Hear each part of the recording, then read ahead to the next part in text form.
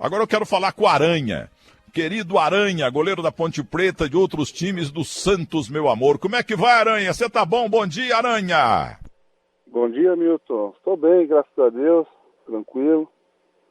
E tentando sobreviver essa pandemia aí, né? Mas tá tudo bem. Você tá escondidinho aí na tua terra, no sul de Minas? Tô aqui em Pouso Alegre, aqui escondido. Isso, Pouso Alegre, cidade maravilhosa. Considerado São duas cidades que têm o melhor café do mundo, entendeu? Pouso Alegre e Muzambinho. Mas Muzambinho o café ainda é melhor do que o de Pouso Alegre, viu, Aranha? Pode ser mesmo. Aqui o negócio tá enchendo de fábrica.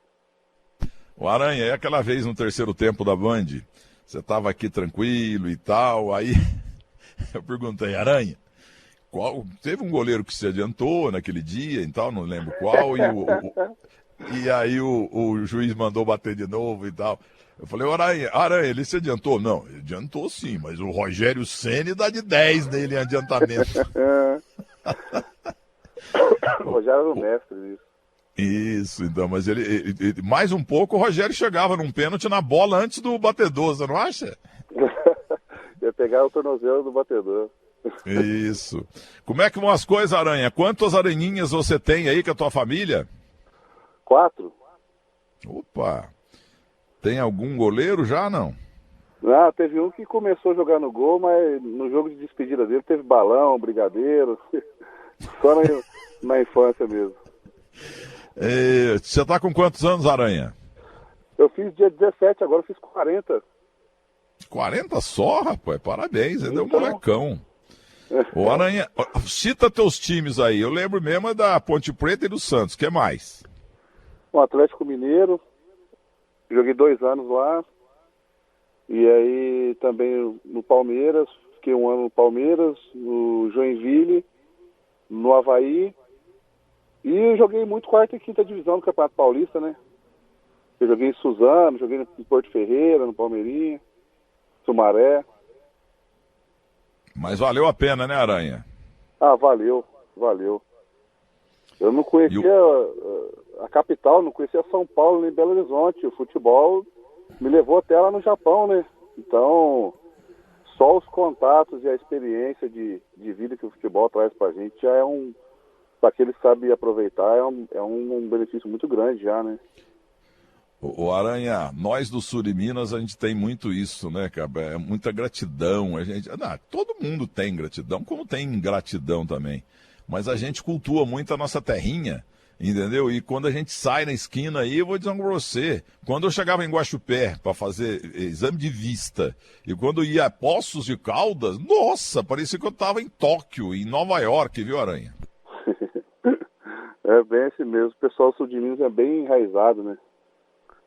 Agora, ô Aranha, você virou um referencial na luta no futebol, e não é só no futebol, lamentavelmente, em todo o setor, todo o segmento da sociedade, entre os humanos e desumanos, a perseguição aos negros. E você foi o primeiro do futebol a levantar a bandeira firmemente nos tempos modernos. E todo mundo, toda vez que tem racismo, tem demonstração de racismo, como agora aí no supermercado, com os burros lá, os imbecis dos guardas mataram o sujeito, entendeu? Aí o Aranha é ouvido. Como é que você se sente na condição de um arauto na luta contra o racismo? Apesar de ser um tema muito, muito chato, muito difícil, assim, né? Um tema triste, né? Eu fico tranquilo porque é um assunto que eu domino. Primeiro porque de causa própria e depois que eu também estudei, me formei, continuo me formando, né? Então, o pessoal começou a me ouvir falar sobre racismo depois do episódio do Grêmio, mas eu já fazia esse tipo de militância, eu já fazia esse tipo de trabalho há muito mais anos, há muito mais tempo, né? É que eu estava no Santos e num jogo de uma transmissão muito grande, então várias pessoas me ouviram falar sobre outro assunto que não fosse futebol, né? Isso aí chamou bastante atenção no pessoal.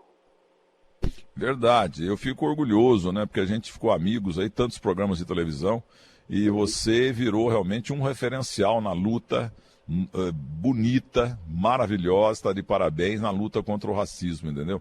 Aliás, muita gente pergunta para mim, qual é que é a tua opinião? Eu respondo, em relação ao racismo, eu respondo com 11 nomes, 11 jogadores. Aguinaldo, lateral direito Lima, o Coringa, dupla de área Modesto e Haroldo, o Sombra, e lateral esquerdo Geraldino, o Padre. Meio campo César Sampaio e Mengalvio. E o ataque Dorval, Coutinho, Pelé e Edu ou Abel. Se não fosse o negro, entendeu? Não tinha futebol, não tinha NBA, não tinha atletismo. O dia que o dia que o negro falar assim, vocês estão tratando a gente assim, então não jogamos mais nada. Arrebenta com o esporte do mundo, viu, Aranha? É o que eu tento passar para o pessoal, que não é um levar vantagem, um ser melhor do que o outro. É que o que sempre fez a diferença na seleção brasileira era essa misturada de raça, como o pessoal diz, de cor, cada um com sua característica, com o seu perfil, e a gente enfrentava seleções que eram padronizadas, né? E hoje a gente fica tentando padronizar a seleção e fica previsível, né? Sem dúvida. Agora, escuta, esse episódio do Grêmio que você vai explicar, porque sempre teve racismo mesmo, entendeu? Sim. Agora, o teu acontecimento, o que aconteceu com você que realmente bombou, ou viralizou, como dizem hoje na internet, como é que foi? Bom, o episódio em si, eu estava na Copa do Brasil, na decisão, acho que era quartas de finais, se eu não me engano, e tinha uma quantidade muito grande de torcedores naquele jogo, né, por cerca de 30, 40 mil pessoas, se eu não me engano, e tinha um volume muito grande de manifestação. E eu ouvia claramente, assim, som de macaco, xingamentos, em coro, porque uma pessoa só me xingando, fazendo isso lá, poucas pessoas, eu não teria condição de perceber um estádio cheio. Então, muita gente se engana quando acha que foi só aquele pessoal que estava atrás do gol. Eu não teria condição de escutá-los, de ver nada daquilo ali durante o jogo. E aí eu falei, nossa, tá um volume muito grande, tá feio, ainda mais eu que fazia na época 10, 15 anos que já militava nisso.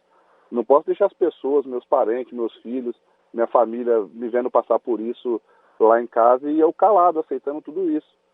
Mas aí eu não quis polemizar, nem nada disso. Eu procurei o árbitro e relatei para ele. Ele tinha que ter tomado uma atitude, parar o jogo, foi lá, pedir pro mesário, fala no microfone lá para ele parar com isso daí, senão eu vou parar o jogo. Ele ser o personagem central. Só que ele não me ouviu e achou que eu tivesse, eu não sei, me acusou de estar agitando a torcida. E aí quando eu voltei pro gol, ele me ameaçou de dar o cartão, eu voltei pro gol, aí a torcida comemorou e aumentou o volume do xingamento, como se assim, aqui é assim mesmo que funciona e não dá nada. E aí que eu fiquei revoltado. Por isso que eu fiquei revoltado, explodi, mas logo depois eu já tinha que pôr a cabeça no lugar, porque o jogo estava em andamento, e eu sabia também que qualquer palavra mal colocada, ou se eu não tivesse prova, esse é o grande perigo do racismo, quando você não consegue provar, né? Eu já sabia que eu teria muitos problemas, porque era um assunto que eu conheço bem. Você tendo provas, as pessoas tentam distorcer, sem provas, então você passa a ser o agressor. E aí as imagens rodaram e o pessoal começou a me entrevistar sobre esse assunto e viu que eu tinha um discurso diferente dos outros, né, que eu tinha um pouco mais de conteúdo sobre isso, e começaram a se interessar cada vez mais. E aí veio canal da França, veio canal do mundo inteiro, e quanto mais eu ia falando, mais pessoas queriam ouvir, até porque a minha linguagem, tem muita gente que sabe muito mais do que eu, mas são pessoas muito letradas, são pessoas que não têm a linguagem popular assim como eu tenho, que eu adquiri nas ruas e no futebol também, né? Ô Aranha, eu tô te entrevistando há muito tempo no rádio e na televisão, e fazia tempo que eu não falava com você, e eu tô sentindo o tanto que você tá bem articulado, cara. Você deve estar fazendo palestra até a respeito desse tema nojento, mas que tem que ser combatido. Você faz palestra também para grandes empresas?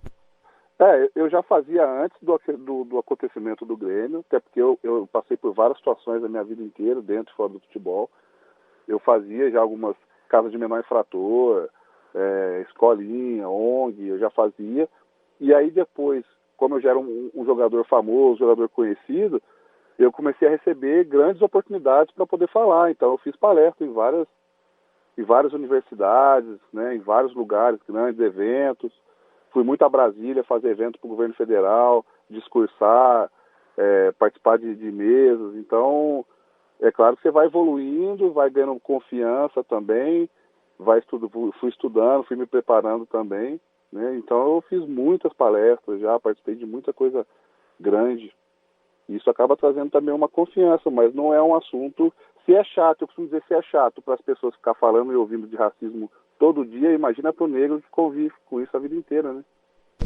Ô Aranha, eu insisto, rapaz, você era tímido, sabe? Muito quieto, falava Ainda pouquinho. sou, ainda sou. É que nesse assunto não dá para ser meia boca. Oh, você tá brilhante, cara. Parabéns. Agora, voltando ao jogo, foi Grêmio e Santos e quanto é que foi?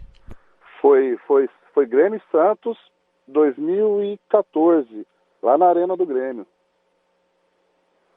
E mexeu com a tua cabeça? O Santos perdeu o jogo, empatou ou ganhou? Não, o Santos... Isso aí que é uma grande coisa que a torcida do Grêmio não entende. Até hoje não vai entender. Nós vencemos, o Santos venceu o jogo por 2-0 na Copa do Brasil e tinha o gol de diferença ainda. A gente venceu lá de 2-0 na Arena do Grêmio e tinha o jogo da volta na Vila. Então o Grêmio tinha que fazer, eu acho que 3 ou 4 gols na Vila e não levar nenhum para classificar. Quer dizer, a classificação já estava na mão do Santos. A punição de eliminar o Grêmio não mudou praticamente quase que nada, né? A gente sabe que no futebol tem surpresas, mas pelo time que o Santos tinha, como estava jogando, a maneira que venceu o Grêmio na Arena, né? Então a punição acabou sendo leve, mas justa, pelo menos teve uma punição, né? E o torcedor do Grêmio, ele acha que eu eliminei o Grêmio da competição ao tomar aquela atitude. O Grêmio foi eliminado porque eles tomaram a atitude errada e depois porque perdeu dentro de campo também e dificilmente iria reverter. Quem eliminou o Grêmio foi a torcida do Grêmio. Torcida Sim. do Grêmio que foi imbecil, entendeu? E hoje, os jogadores, viu? O que você fez lá com o árbitro é o que você ensinou. Porque antes escutavam, que ficavam quietos, agora não. Aí na Europa tem racismo, o jogador simplesmente tira a camisa do meio do campo lá e protesta e para o jogo. Entendeu? Eles estão de parabéns, os negros do mundo que jogam futebol também e outras modalidades, né, Aranha? Mas é muito difícil esse tema, assim. O pessoal tem cobrado muito de outros jogadores se posicionar, mas é uma parada dura, precisa ter conhecimento e precisa saber também que pode dali para frente enfrentar muitas barreiras dentro da profissão. Então, eu não julgo aqueles que não se posicionam não antes de estar com a carreira feita, né? Agora, o Aranha, veja bem, hein? Perseguiu o negro no futebol. E nós temos um símbolo maior que é um tal Pelé. Pelé é um loirinho de olho verde e tal, cabeludo, cabelo loiro e tal. Quer dizer, os imbecis, que é uma coisa nojenta, asquerosa e incoerente. Quer dizer, num país em que os negros são monumentais na história do futebol brasileiro, não fossem os negros, o Brasil... Pelé e Garrincha, só para falar dois. O Brasil não tinha ganho porcaria nenhuma. Nós temos que falar para o negro obrigado. Eu estava num evento beneficente também na cidade de São José do Rio Pardo, com o Andrade, com o Cláudio Adão, o Rondinelli que organizou o jogo lá, beneficente, e tínhamos o Adílio também. E o Cláudio Adão falou assim, você tem que falar lá no rádio, na televisão, viu? Você já me entrevistou 1000 vezes, tem que falar por que não tem técnico negro. Por que técnico negro é um ou outro e não dura muito tempo? O que você acha disso? Olha, é uma questão histórica isso. Eu olho com positividade, com otimismo no futebol, porque historicamente 100 anos, 130 anos é muito pouco, né? Os clubes estão completando 100 e poucos anos agora. E é o período que a escravidão acabou. Então o futebol, quando ele se desenvolveu realmente no Brasil, era um período muito racista, o futebol era totalmente racista, o negro não podia nem jogar, nem assistir, quanto mais ser diretor, treinador. Então, a própria existência do negro no Brasil, ele está evoluindo também, a gente está em evolução. Nos atrasaram a população negra em vários aspectos, proibindo de estudar por lei, por várias coisas, que a gente está correndo atrás desse prejuízo e as pessoas não entendem. Mas a gente só vai ver técnicos e diretores no futebol mais para frente, porque essa galera jovem agora que está vindo já uma galera estudada, com estudo, porque as federações têm cobrado dos clubes, fazer com que os meninos estudem. Então, dando oportunidade de capacitação, Porque a gente vai ver treinadores e diretores, mas você pega um curso da CBF, eu não sei, nunca pesquisei para saber quanto que é o valor, mas eu já ouvi falar que o curso mais básico lá é R$5.000, né? Então, eu acho que deveria ter uma forma de beneficiar não só o negro, mas também a pessoa que não é negra, ter uma quantidade, um limite lá de 10 vagas para aqueles que fizeram história, mas hoje não tem condição de pagar um curso de treinador, mas a gente sabe que tem um potencial. Então é dessa maneira que a gente vai ver negros como treinadores, dando a oportunidade deles se preparar, né, para poder assumir a função. Mais para frente isso vai acontecer com naturalidade, porque hoje os jovens já estão vindo mais preparados do que da minha turma para trás, né? O Aranha, lá nos Estados Unidos, maior nação do planeta, mais importante, o Trump perdeu a eleição porque perdeu mesmo e não adianta espernear. Mas eu tuitei mais ou menos uns 6 meses atrás dizendo o seguinte, o Trump estava, eu dou uma chutada nos percentuais, né? Em 88,12% estava eleito. Entendeu? Mas devido à pandemia, que ele não está conduzindo bem, e devido ao assassinato daquele cidadão indefeso negro, em que aquele bandido daquele policial branco enfiou o joelho no gogó do coitado e torturou, morreu torturado. É como se fosse um peixe fora d'água. O peixe fora d'água não dura muito tempo, né? Como diz Cláudio Zaidan. E o negro também. E aquelas manifestações monumentais, porque os Estados Unidos são o país em que, mal, eles realmente, os negros, falam firme, igual você está falando, entendeu? Isso aí fez com que o Trump perdeu apertado, mas perdesse a eleição. E eu escrevi isso lá pro dia 20 de maio, de junho, a coisa assim. Você concorda que aquilo lá foi fundamental para a derrota dele? Com certeza, nem tanto pelo acontecimento, mas é pela maneira que ele se posicionou depois do acontecimento, né? Porque ele não é responsável pelas atitudes dos policiais ou por um prefeito que roube, alguma coisa assim, mas ele é responsável em punir e se posicionar da melhor maneira possível diante da situação. E foi o posicionamento dele que trouxe todos esses problemas para ele. Aí a gente vê no Brasil também, que é um país que sempre negou a existência do racismo, né? É um país que ninguém se assumia racista até pouco tempo, mas todo mundo conhecia um racista. Então, Abdias do Nascimento falava muito bem sobre isso, que é uma coisa tão invisível no Brasil que acaba não tendo culpa. O brasileiro não sente culpa, né? Então, eu acho que lá nos Estados Unidos, apesar da população negra ser a minoria e no Brasil a maioria, eles travaram uma batalha que teve mortes, teve protestos violentos, espancamentos, prisões durante muitos anos. E no Brasil a gente está ainda no campo do debate. Nós iniciamos este ano o debate das ideias sobre racismo, tanto que nós estamos falando aqui agora. Mas eu tenho medo que só na conversa não resolva. Porque lá nos Estados Unidos a população negra é menor. No Brasil é a maior. Fora da África é a maior diáspora. É o país que tem mais quantidade de negro no mundo. Então você imagina se deixar chegar naquele nível que chegou nos Estados Unidos, que a conversa e as leis não resolveram. Viram o Brasil do avesso. Isso. Bem lembrado. E outra coisa, naquele episódio que eu também não entendo, primeiro que os caras não foram devidamente punidos. O policial branco covarde que matou com o joelho na garganta do coitado, como é que ele chama mesmo, o Guilherme Simati? Floyd, coitado. George Floyd. Então, ele, para não ficar preso, ele pagou uma fiança de $1,5 milhão de dólares. E o outro policial que estava só vendo e não fez a intervenção devida, foi preso também, mas pagou $1 milhão de dólares e está na rua. Quer dizer, eu sou policial aposentado, escrivão de polícia, eu ganho R$3 mil por mês, entendeu? É porque na época eu tive que compensar com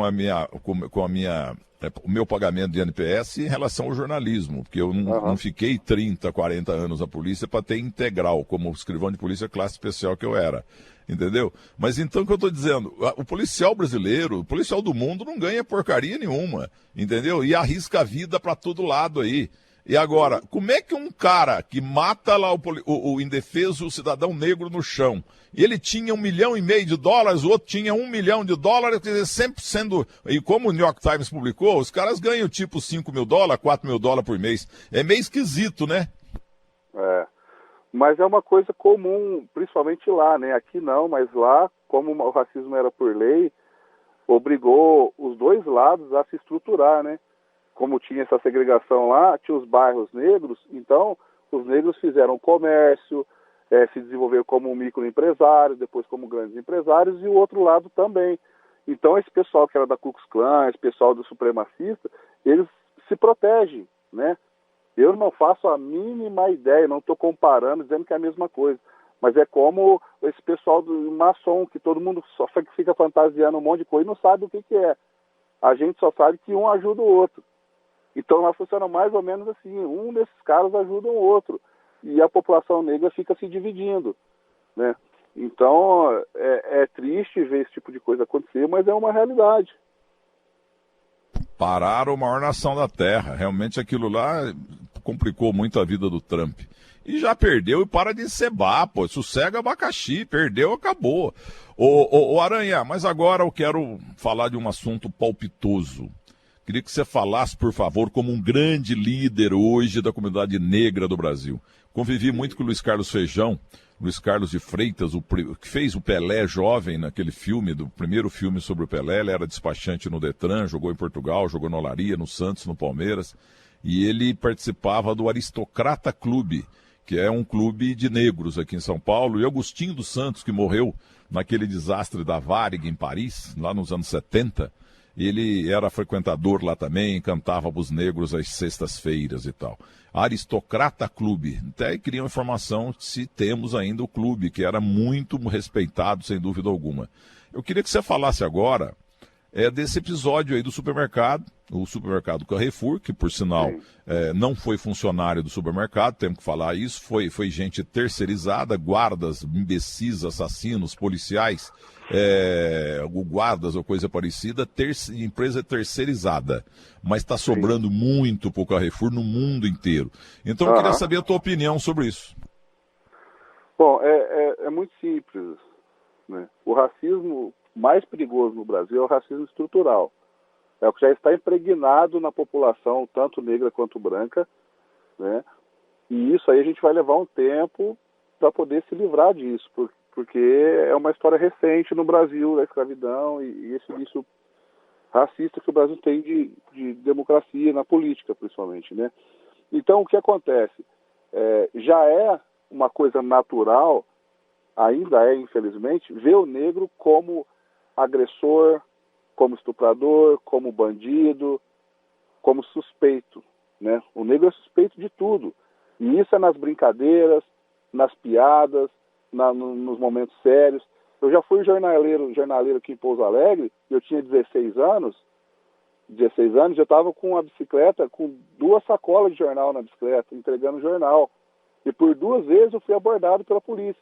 Uma vez me pararam, foram super respeitosos, e outra vez eles jogaram a viatura para cima de mim e eu caí com a bicicleta e o jornal misturou, bagunçou tudo. E aí ralei, me machuquei, mas depois eles viram que era jornal, foram embora e sobrou para mim ficar de madrugada juntando o jornal para poder ir embora, que eu não tive nem condição de entregar mais.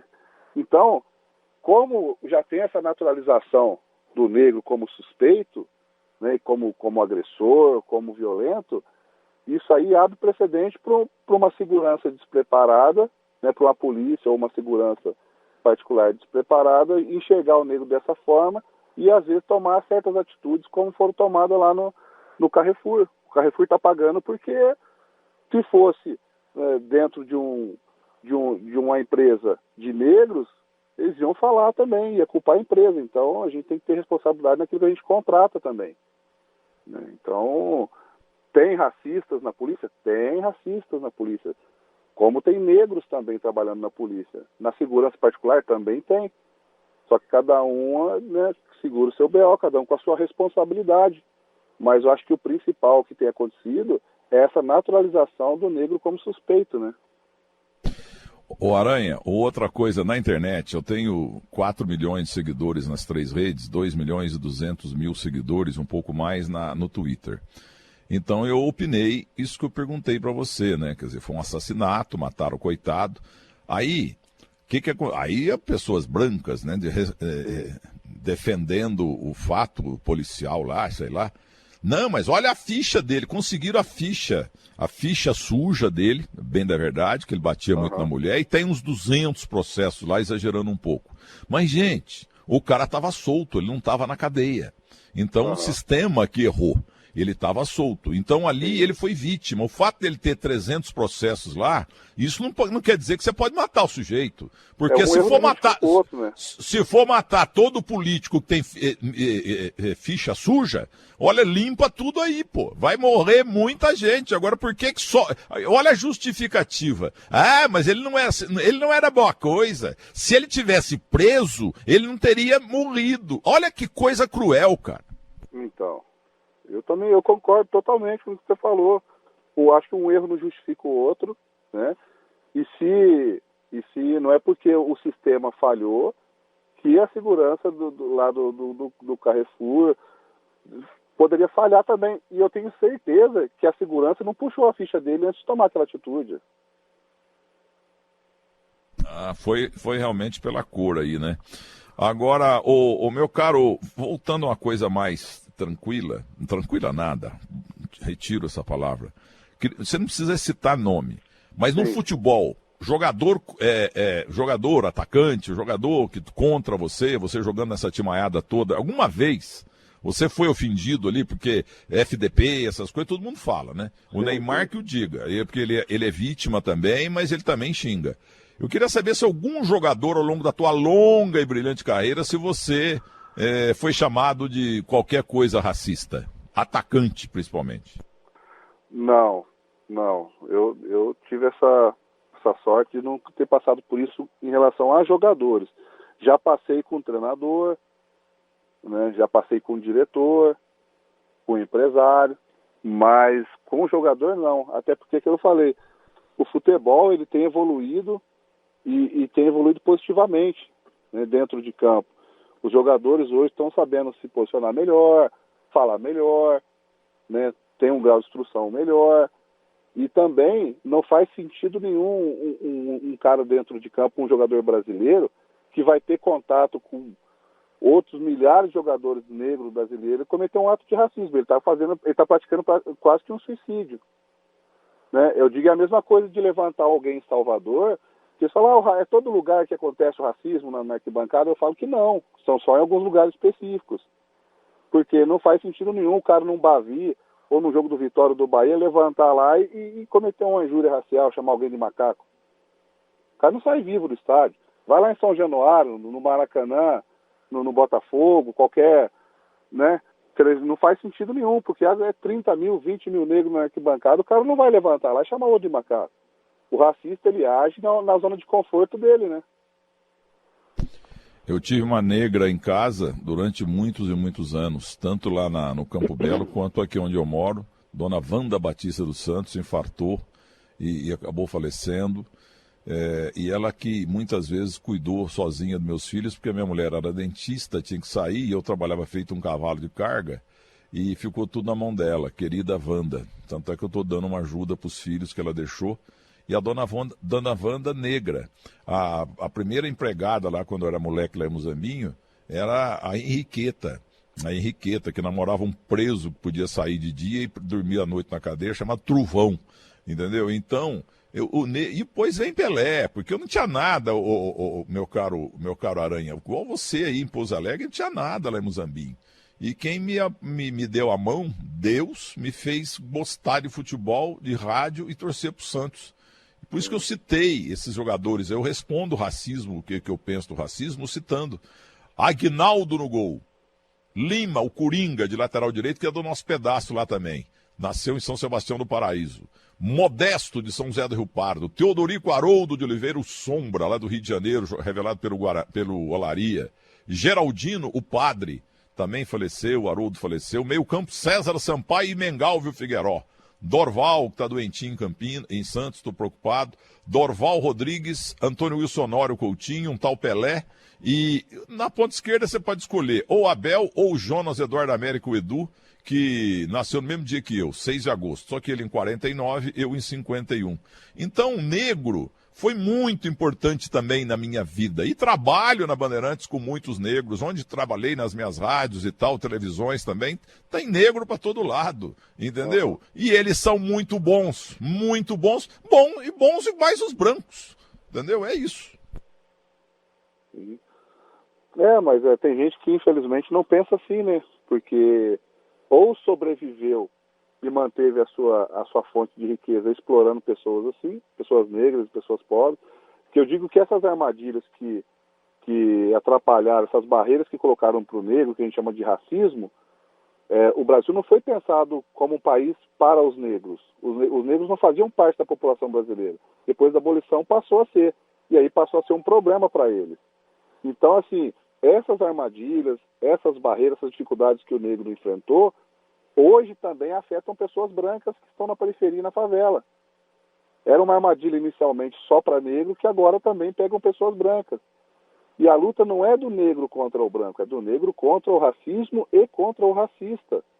A pessoa que não é racista, eu não vou dizer um palavrão não, mas a pessoa que não é racista, se alguém vier acusar, falar alguma coisa de racismo, ela tem que ficar dando explicação, não, ela falar racismo é seu olho. E acabou. Porque a gente sabe você sabe quem é racista, quem não é racista, quando o cara comete racismo, quando não comete. Não adianta ficar explicando. Então, eu tenho um funcionário negro, lá na Bandeirantes nós temos o Júlio César, o Julião, maravilhoso, entendeu?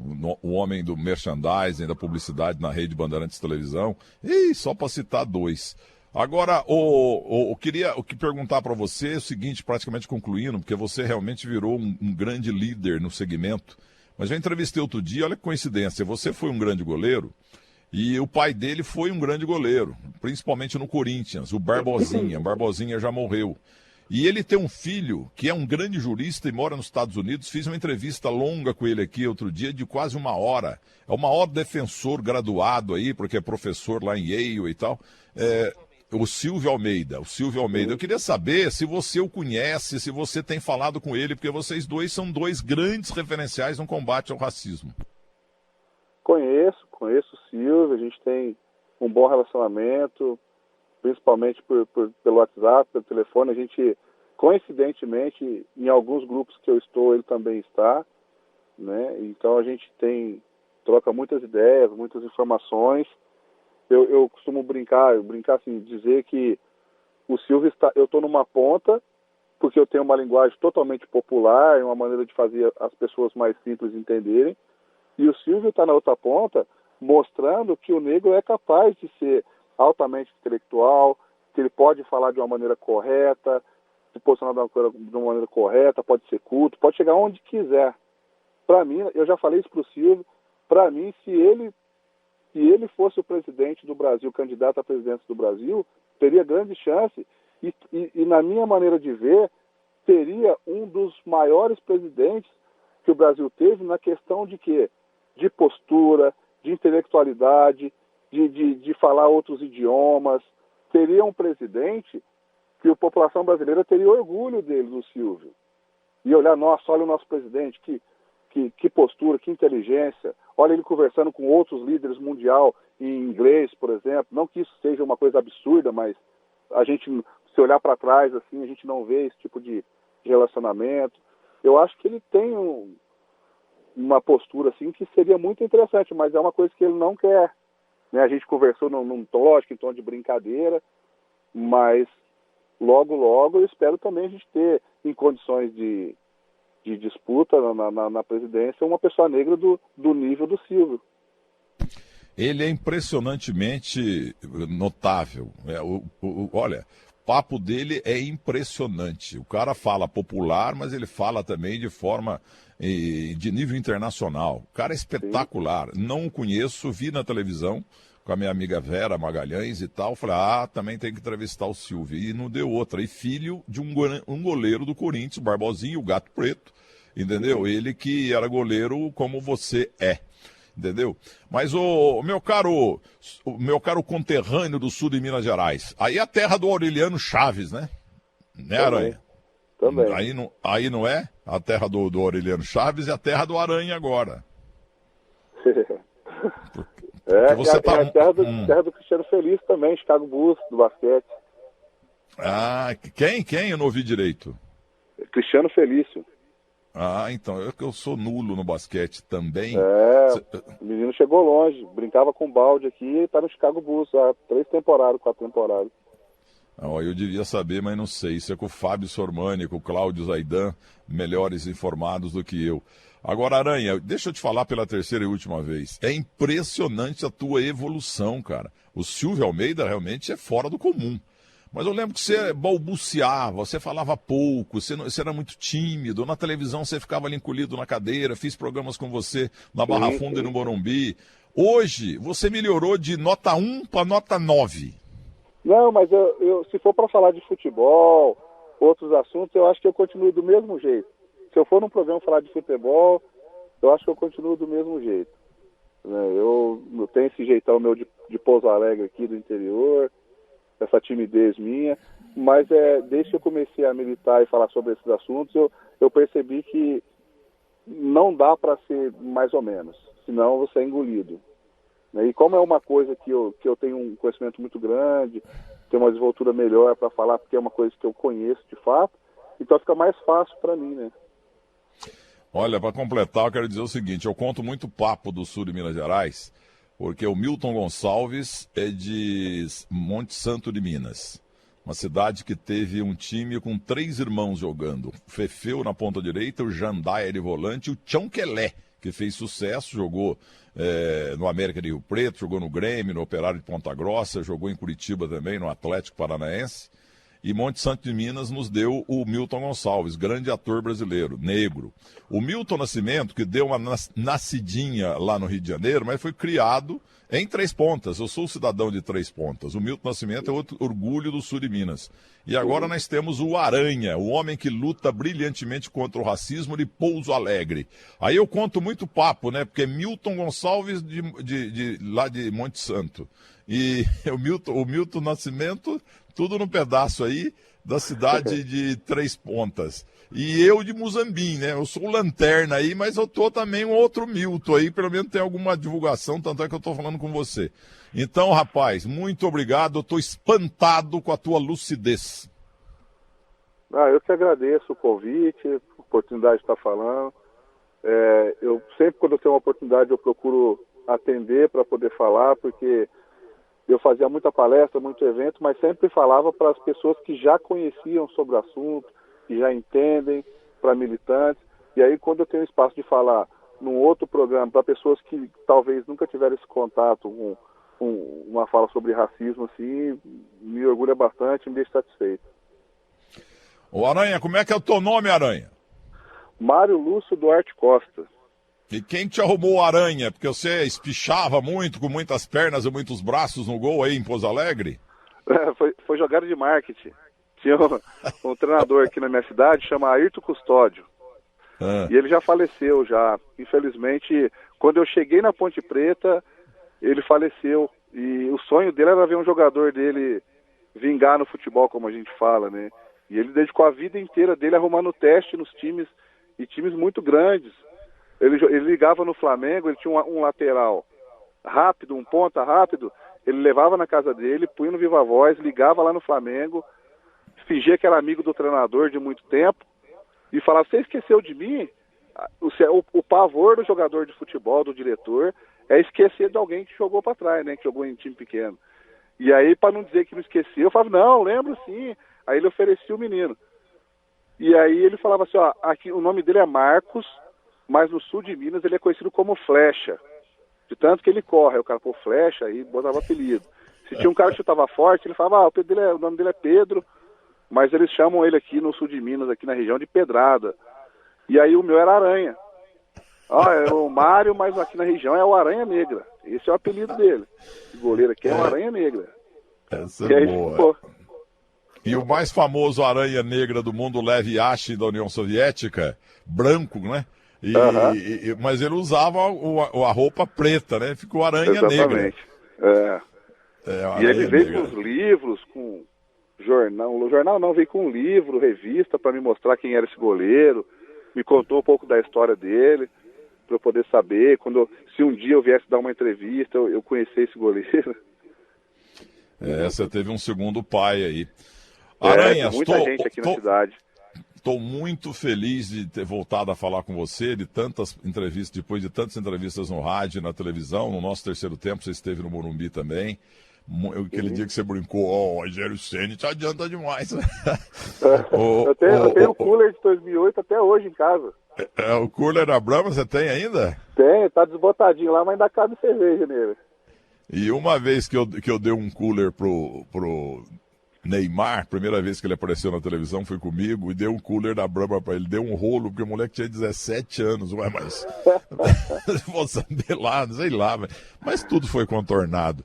Ô Aranha, até uma fofoca aqui, eu tenho um companheiro chamado Luiz Carlos Quartarolo, que agora está na Play FM do Grupo Bandeirantes. Quando o Aranha Negra, ele interrompeu uma transmissão do Zé Silvério, eu interrompi para dizer, olha, notícia triste no futebol, o Lev Yashin, o Aranha Negra, teve hoje num hospital de Moscou amputado a sua perna direita e tal. E ele morreria logo depois. Aí o Quartarolo entra e fala, mas o que é uma perna a menos ou a mais para uma aranha? Sujeito venenoso. Mas aí não teve racismo, não é? Porque o Lev Yashin era branco. Que tem cara venenoso. Esse Luiz Carlos Quartarolo, eu vou dizer pra você, é uma cascavé.